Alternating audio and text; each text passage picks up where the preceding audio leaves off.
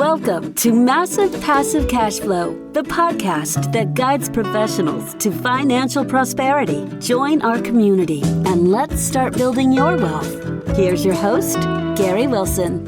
Welcome back to the Massive Passive Cash Flow podcast. I'm Gary Wilson, your host, and I'm glad to have you back on the show listening.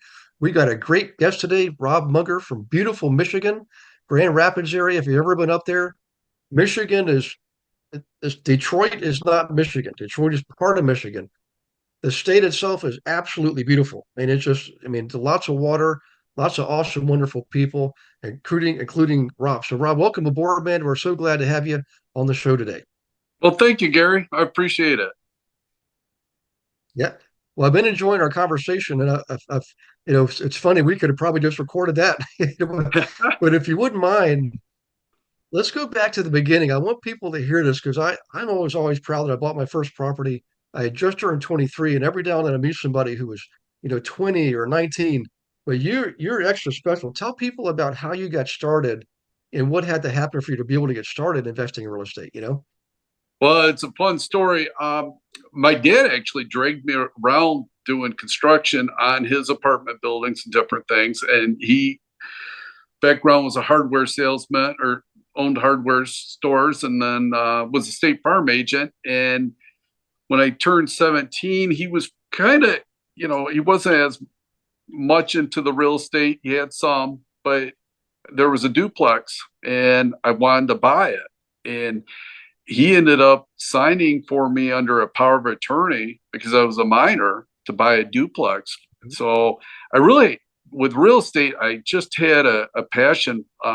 One, income's nice, but I love real estate, just the design and the business aspect of it. So I knew right early in my life that I wanted to get into real estate. Yeah. Yeah. I was the same way. When I was 8 years old, I was actually drawing floor plans to scale using the symbols and everything. My granddad taught me. He taught architecture in college. He was a professor back in the day, and he saw me drawing pictures of houses. I wanted to be in a big, beautiful house. And my eighth or third grade 8-year-old best friend, Kevin McKinney, his dad was an architect, and they lived in this beautiful, modern, contemporary glass home looking over a lake. It was cantilevered, right? And it had a bridge going to it. This place was like a dream house. And I thought, man, that's for me. So in any case, my granddad taught me how to do that. And I always figured I'd be involved in real estate some way, shape, or form. But going forward now, so you buy this property, eventually, and by the way, I had my son work for me too on my properties through high school. But so you get out of high school, you've got choices in life. You could go to college, you can go into the military, all kinds of things. But step us forward here a little bit and take us on this journey. Well, what happened was because I worked back then a couple jobs, actually a few jobs, from mowing yards to working at the local, there was like a little resort hardware store on the lake that I lived on. So I worked there, and then I bagged groceries at the grocery store when people bagged groceries. I gotten some money and then had the real estate. So I was getting used to money, and, I was doing a little bit of drinking, and I started realizing that with the drinking and partying, no, I didn't get into trouble or anything major. I recognized I didn't have the structure that I felt I was going to need to be a good business person. And so I ended up going to Marion Military College in Alabama. And it was a program where you could go for 2 years. You could actually become a second lieutenant in the Army. I had looked at West Point, but West Point, I got a letter saying I was accepted, but it was a 10-year commitment. And that scared me. 18 years old nowadays. I wish I had gone, but for where I was at in life, the military college was good for me. So I ended up getting a commission in the Army in 1985. Nice. That's the year I graduated college, So I continued on the beer drinking route through college. Well, I did too at college, but it kind of, when you have to get up at 5:30 in the morning and go run 2 miles, it kind of self-polices, you know. Yeah, you pay the price. So Yep. okay, so now you've done that. You're in the military. Now, did you invest while you were in the military too? Did you continue that process, or did you wait till you get out of the military, or what was that like? I ended up waiting till I got out of the military. I was in the military. I had a chance to go active military once I graduated from I moved to Western Michigan University because I had to finish up the 2 years for my commitment in the military. As an officer, you had to have a 4-year degree. Met my wife there, and they said, hey, if you go active, you're going to be out in the woods for about 6 months at a time. And I thought, that's just not for me, because really my passion was always business. I love the military. And so I ended up staying in the National Guard in Michigan, and did all my extended training at the post throughout the country. So Kansas, Fort Benning, Fort Sill, Oklahoma, Yakima. So did all that, and that was great. Enjoyed it. True story is I had we had our annual training. My real estate had been really picking up, and my investing in some of the stocks I had picked up. And what happened was I had just done very well in the stock market, realized, hey, I made more in just one, in my business in 1 month than what I was making the whole year in the military, in the National Guard. And in the Army, you're going down a bunch of sandy roads, and you're dirty, and you're working long hours. And I got done. I said, and my commitment was up. And I said, you know what? It's time for me to go just straight all into business. So during college and my military school, it was very difficult to do both, because I was completely committed to the military. Yeah. Yeah. Well, I tell you what, now did you get to use eligibility for investing? I'm not I know active duty and retired can, but in reserves, do you get the same eligibility to have a VA mortgage and be able to utilize that? No, great question. I was Uh-huh. not. You had to be full time, and then you could do that. And then I was in right as Vietnam had pretty much shut down, so the VA services were focused on the veterans coming from Vietnam, which was Gotcha. obviously important. Now, the one thing is, I did buy a house. Remember the VA simple assumption loans? I don't know if people recall Yeah, that, but I ended up I did my doing first house that way. Yeah.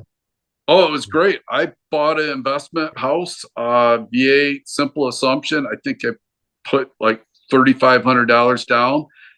And because the amortization they'd been paying on for, I think, like 10, 13 years, once I acquired it, then all the principal, I mean, my principal payments were really paying down on the property significantly. And then that Mhm. property ended up being the property I sold. So I would have a down payment to do my very first land development project. So I platted 15 units and I created a Mhm. gated community. And so indirectly, VA financing helped me really launch my career even further.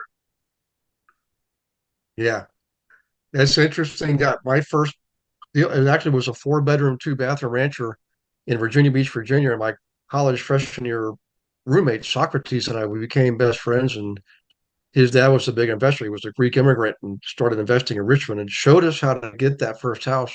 And we assumed that he was still active duty Navy. We assumed his first mortgage. He had a second one that we had to refinance, and we gave him a third note for the remaining equity. So it was three notes.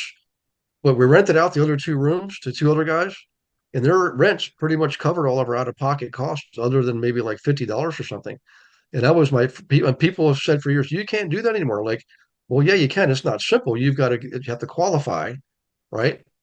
And if you're not in active duty or a veteran military, whoever you're assuming it from, that portion of their eligibility is held in limbo, for a while.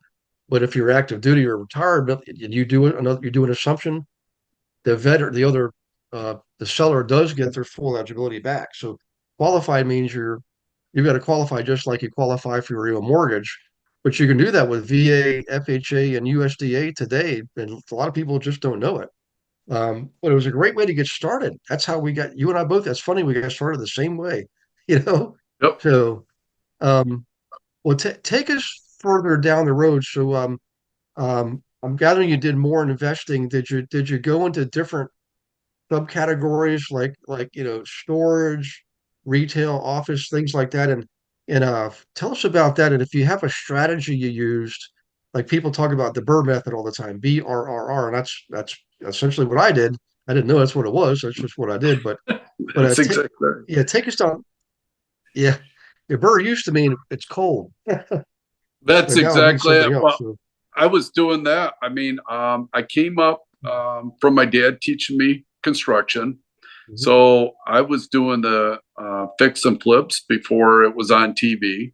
I kid people, and I was driving 4x4s before it was popular. I mean, you didn't see SUVs when I was a kid.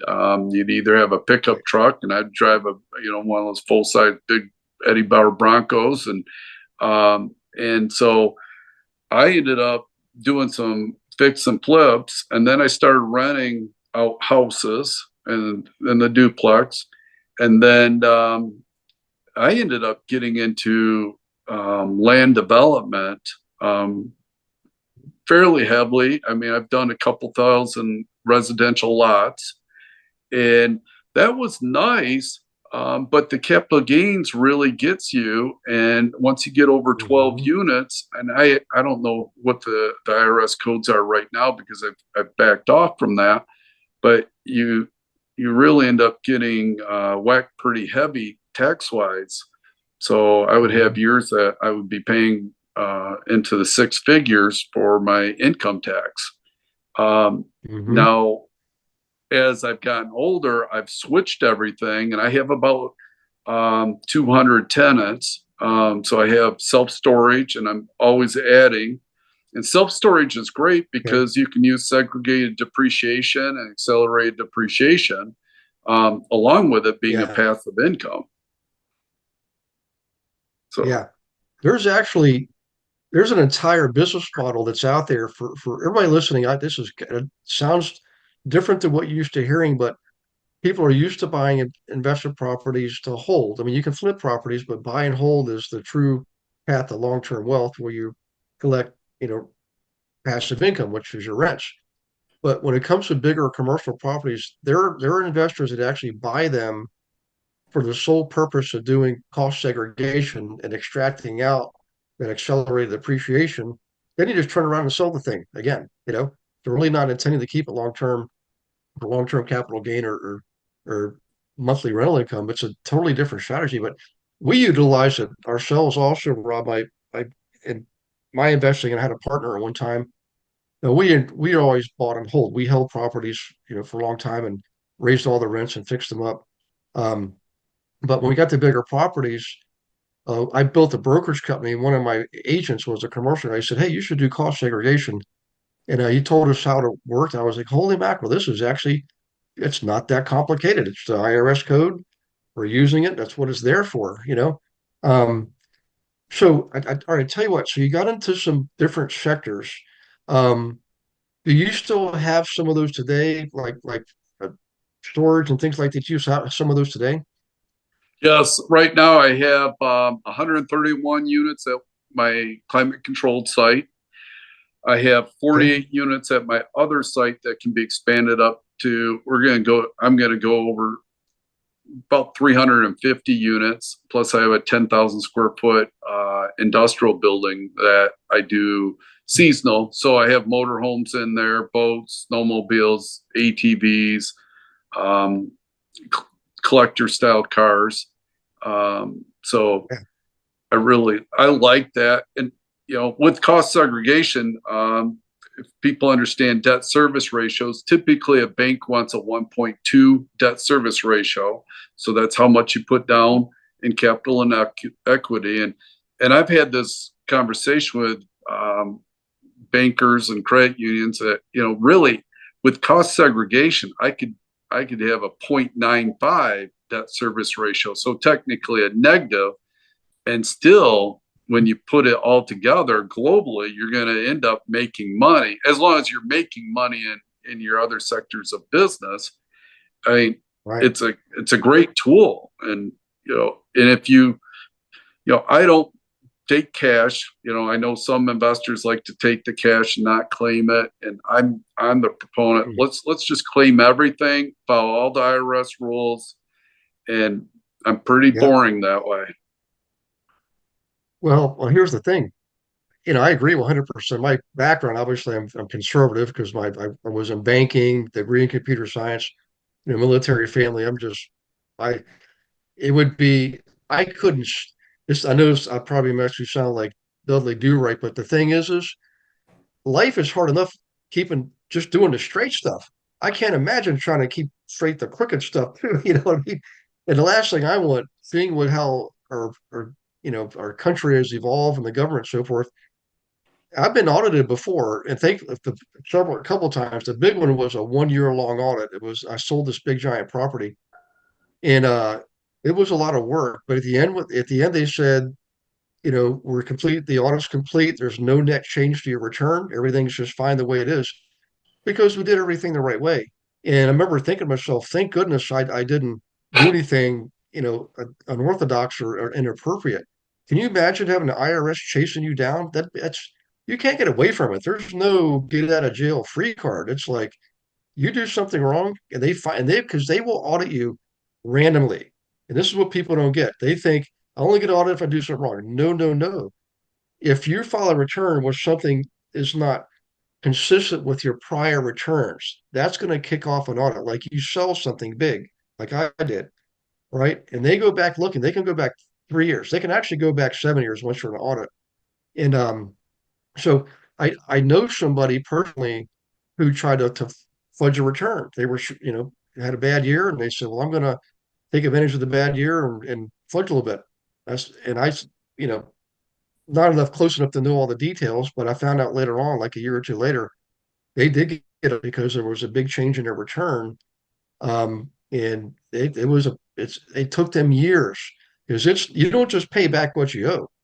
There's penalties. Oh, there's interest. There's all kinds of stuff. Yeah.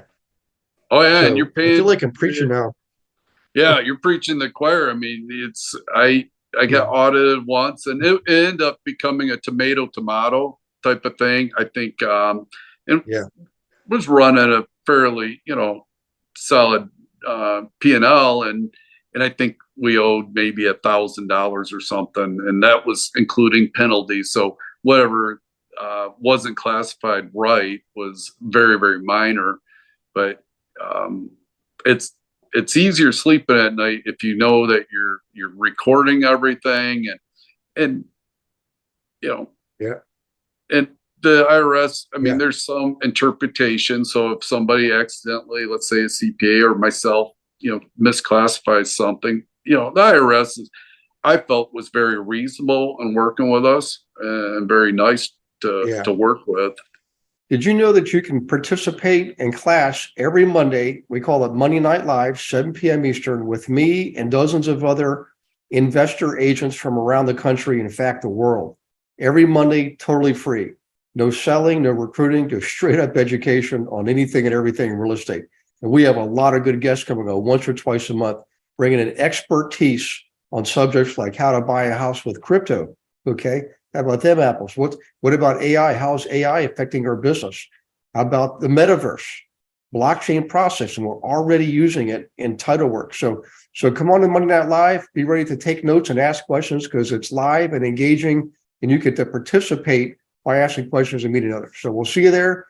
Go to realestateWithGaryWilson.com, click on the resource tab, drop down, and you'll see Monday Night Live. And in there, you can see one of the most recent classes. But more importantly, you can register for class as many as you want going up to like the end of the year, I believe. So in any case, Do that. We'll see you on Monday Night Live. Look forward to meeting you in person. Take care. I agree 100%.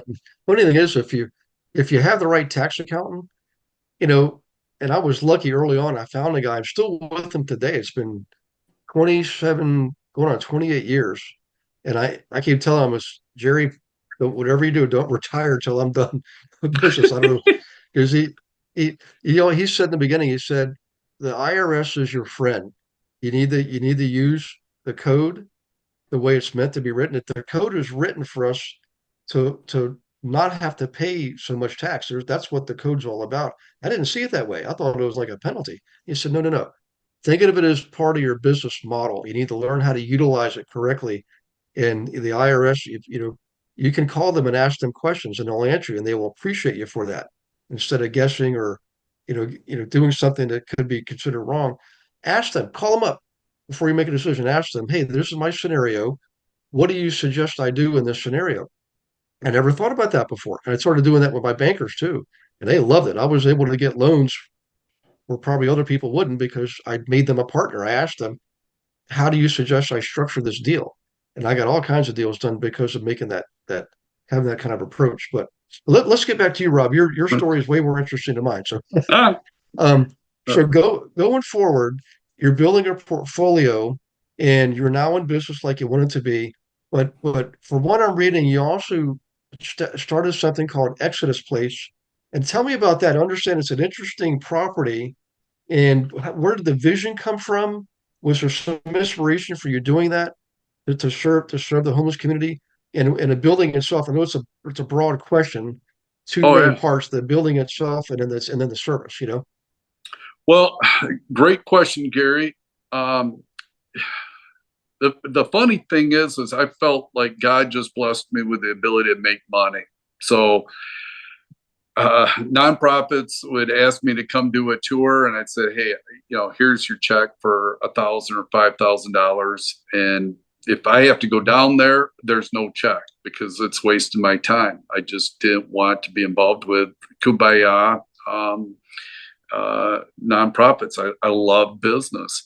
And one day on a Saturday, I was going to get batteries for quad rudders or ATVs. The family was asleep, and I had gotten the batteries. I was heading back home, and it was in Michigan in October. Sometimes we have these gray days where it's misting and raining and it's cold. It's about 45 degrees. It's absolutely horrible. And this guy's holding a sign up, Tim McCann, and it said, I'll work for food. And I'm like, well, if I get home, I'm going to get the batteries put in. The family's going to be asleep. Well, I got some extra time. I'm going to just, for some reason, I pulled over and he was in a parking lot. And I said, so you'll work for food. And we're talking. And I said, why are you out here? Because he was in a more of a pedestrian neighborhood area. It wasn't downtown Grand Rapids where the homeless peddle for money. And he goes, well, I'm out here because if I'm downtown, I always get in trouble. So I'm trying to better my life. And I ended up giving him $20. He reeked of cigarette smoke and vodka from the night before. And I said, tell you what, if you're here Monday morning, I'll pick you up. I'll get you housing Monday, and I'll put you to work in my development company.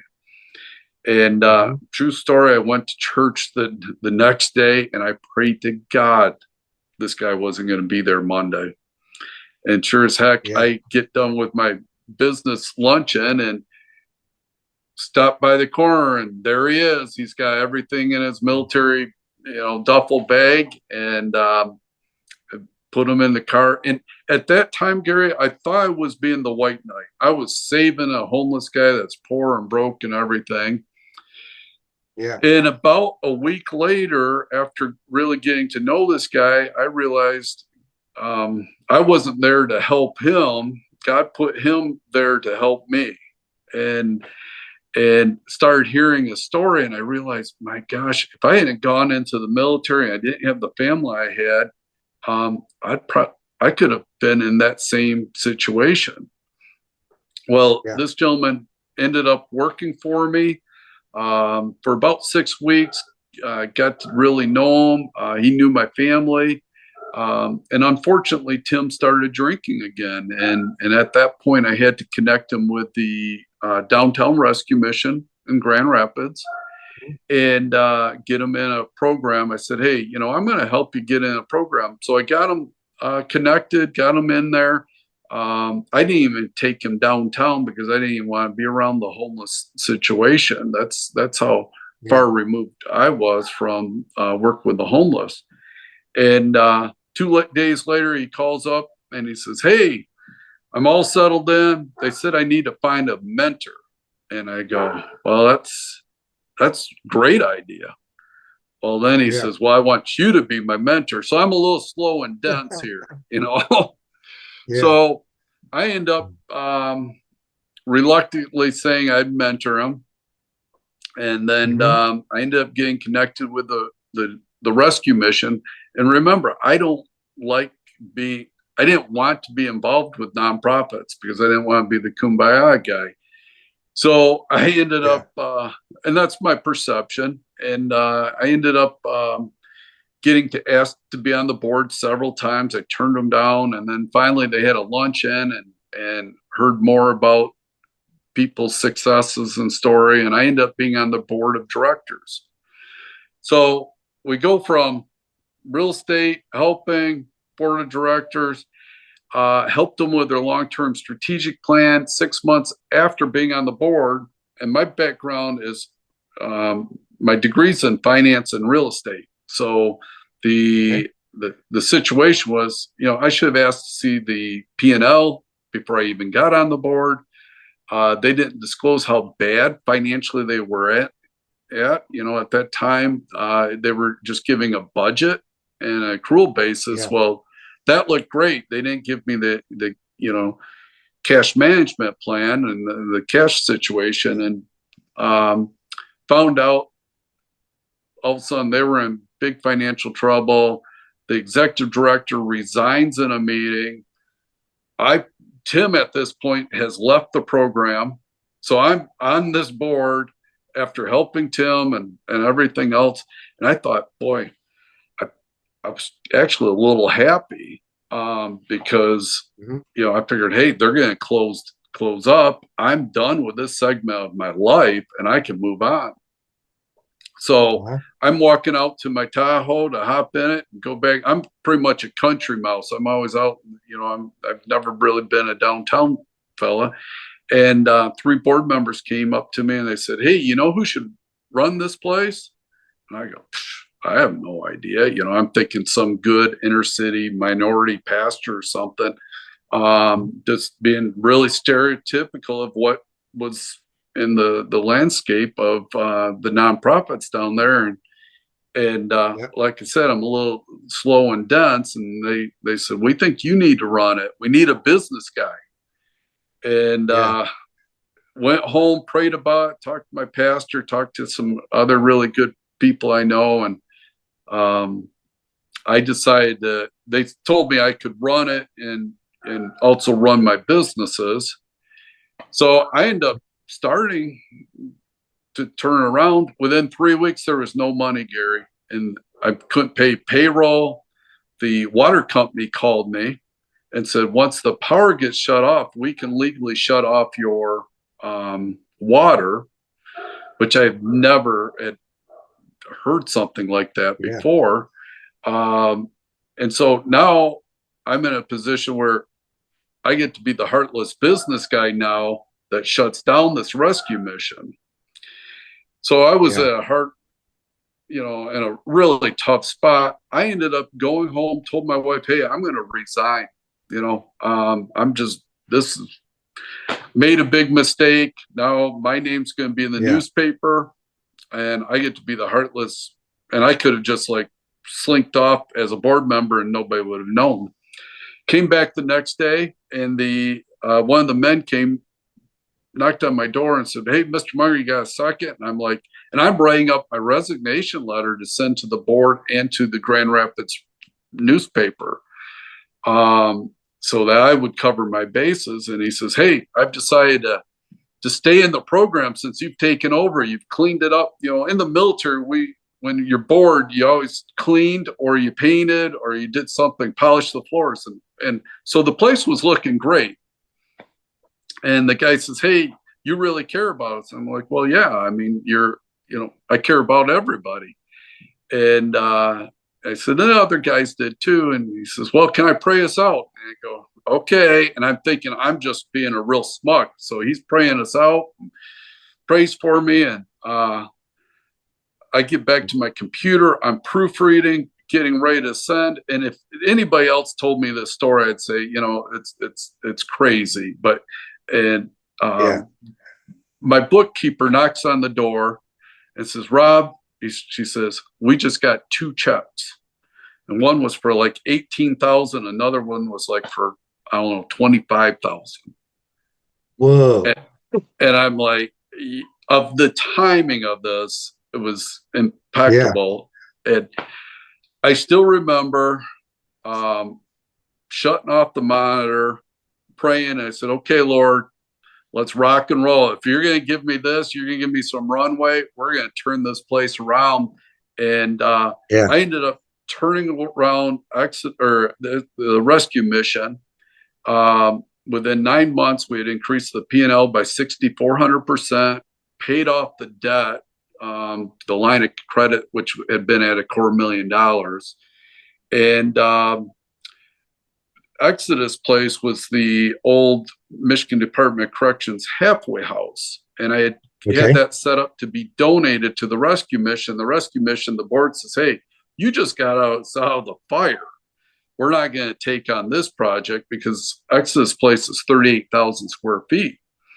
Yeah. So I thought, okay, God, I've done my good deed. I've checked off the box. I can go back to my regular life because they said no.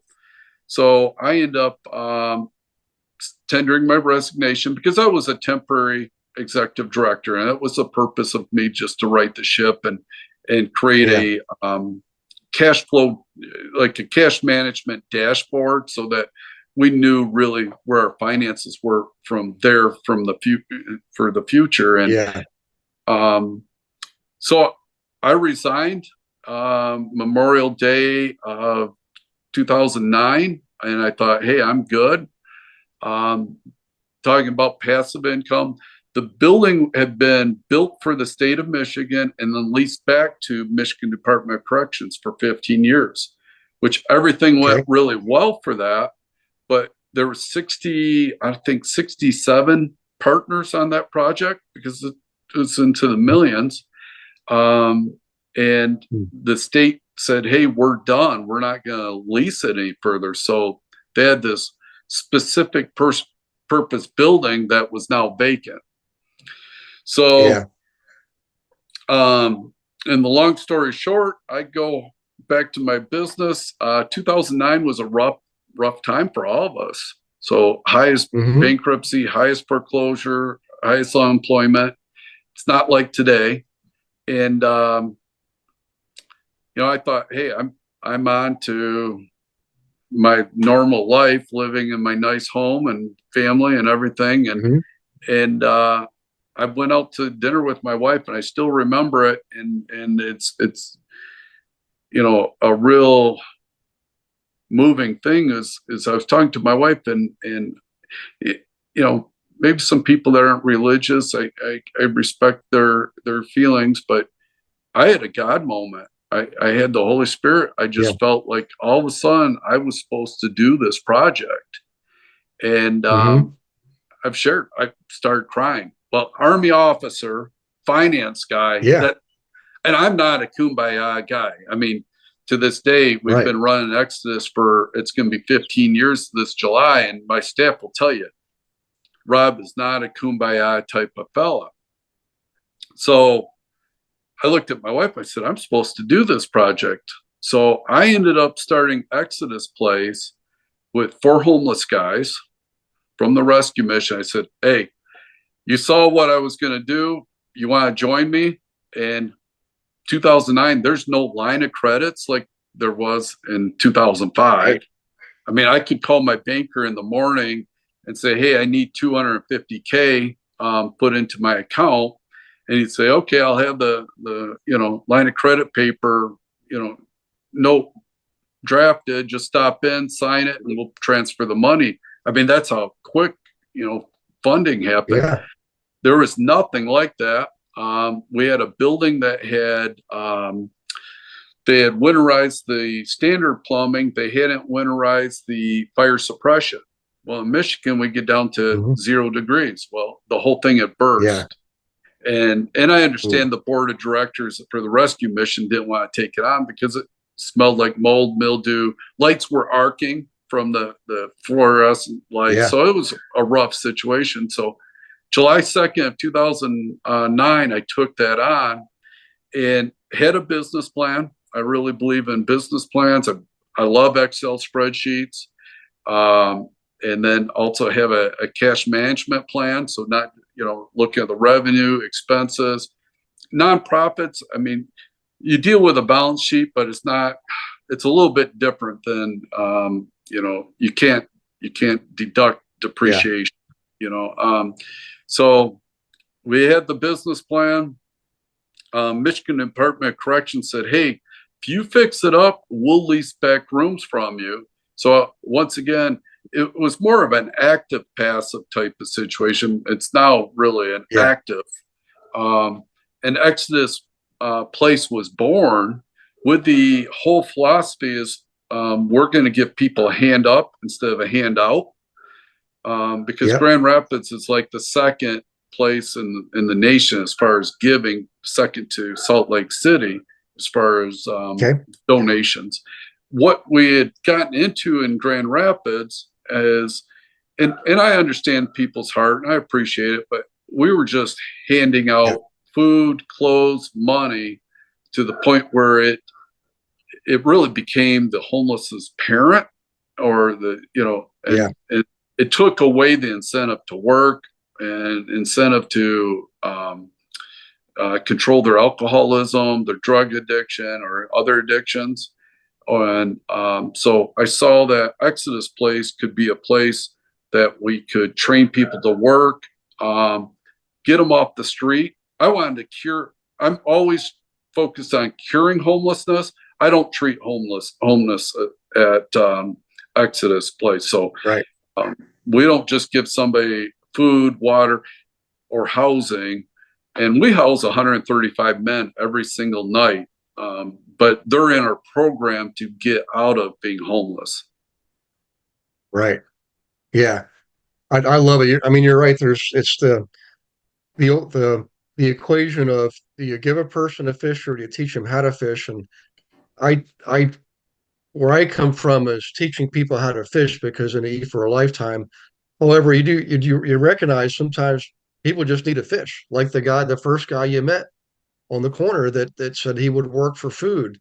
Perfect example. And like my dad always says, we talk about this, and he said, sometimes you got to give them a fish so that they will be able to learn how to fish. If they're tired and hungry, how good are they going to be? So I think it's both. And I wish I could tell people there was some model to follow or some formula or some book. It's not. It comes from your heart, and you do have to trust. You got to have faith, and you have to trust in God. And it's your answer came to you.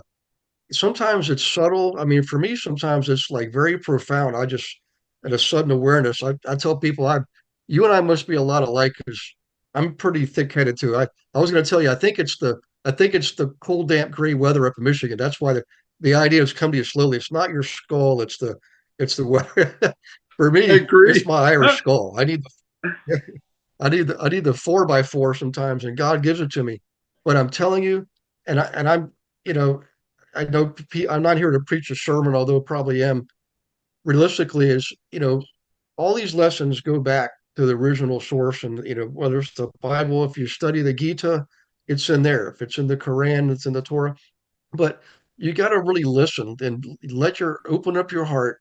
You're not going to hear anything if you're always doing the talking and the thinking. You got to clear your mind. You got to be open, and the answers come to you. And sometimes they're extremely profound and just prayers answered. I see miracles all the time now because now I know that they happen, and I'm aware and you had your awareness, your awakening, and look at the result now. You've got the 135 guys per night staying there, and they're not just getting the fish, they're learning how to fish. And I think that's what we're asked to do. I don't think it's nothing more, nothing less. It's just do that. And sometimes the answer I get is no answer. It's just like, you know what? You're doing exactly what I want you to do. Because I think I see you just a regular down to earth, salt to earth kind of guy. And sometimes we're not sure. We question because it's normal human behavior to question sometimes.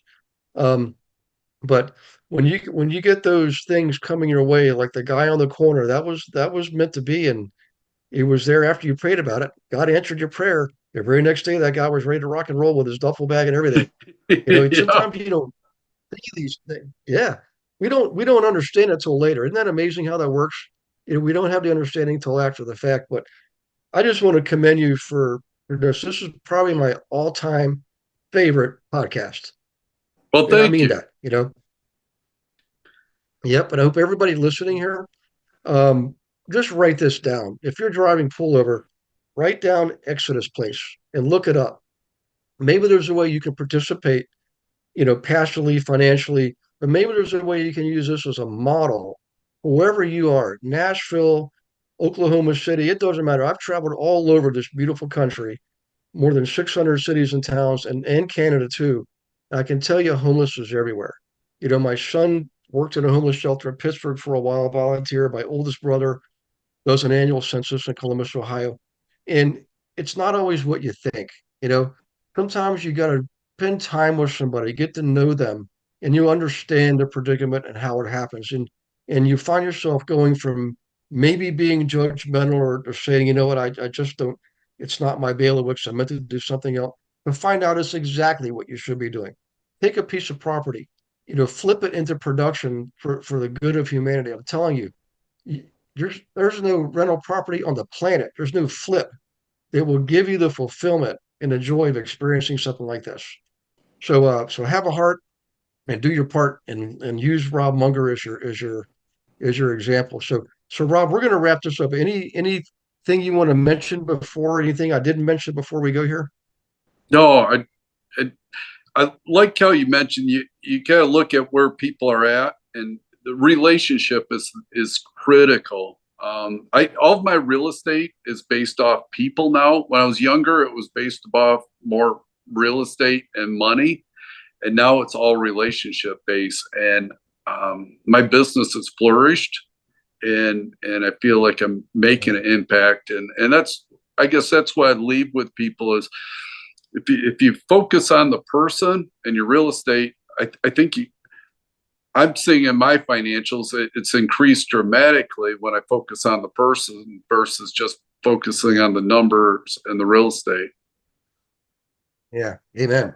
I'm telling you, it's amazing when you come to that realization that the relationship that's the key. It's what matters most, and everything else is secondary. If the relationship flourishes, it's great. If it's meant to be a one-time event, that's great too.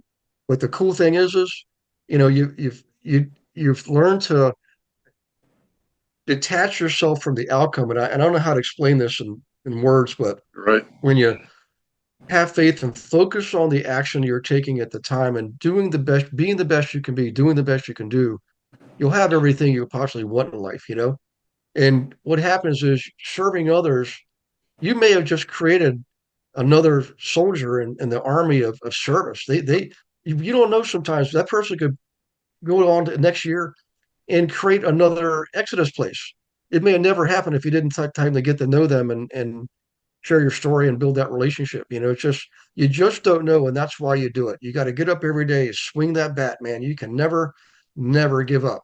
And it's easy. I know it gets frustrated. I feel it sometimes myself. I'm like, man, I'm swinging, swinging, swinging. It was like, you have nothing in sight. And about the time you're ready to pack it in, just like you, when the two checks showed up, man, those are the golden miracle moments of life, and cherish every single one of them when they happen.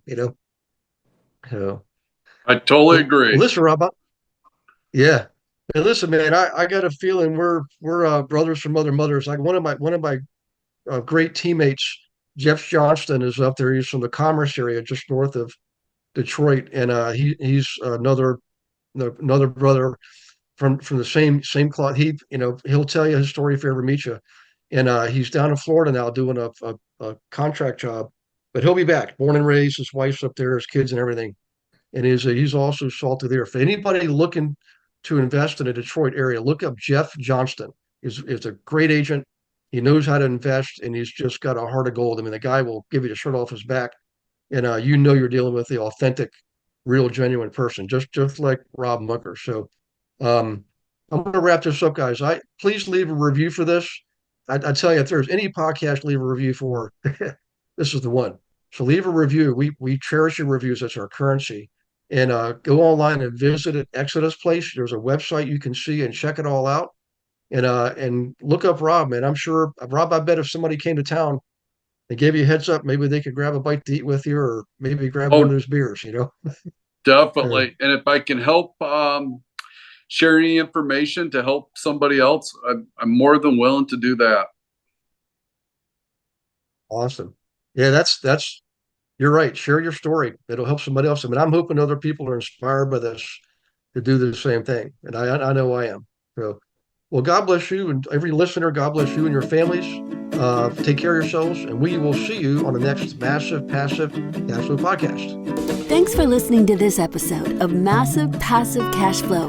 Be sure to go to realestatewithgarywilson.com to join our community and start building wealth today.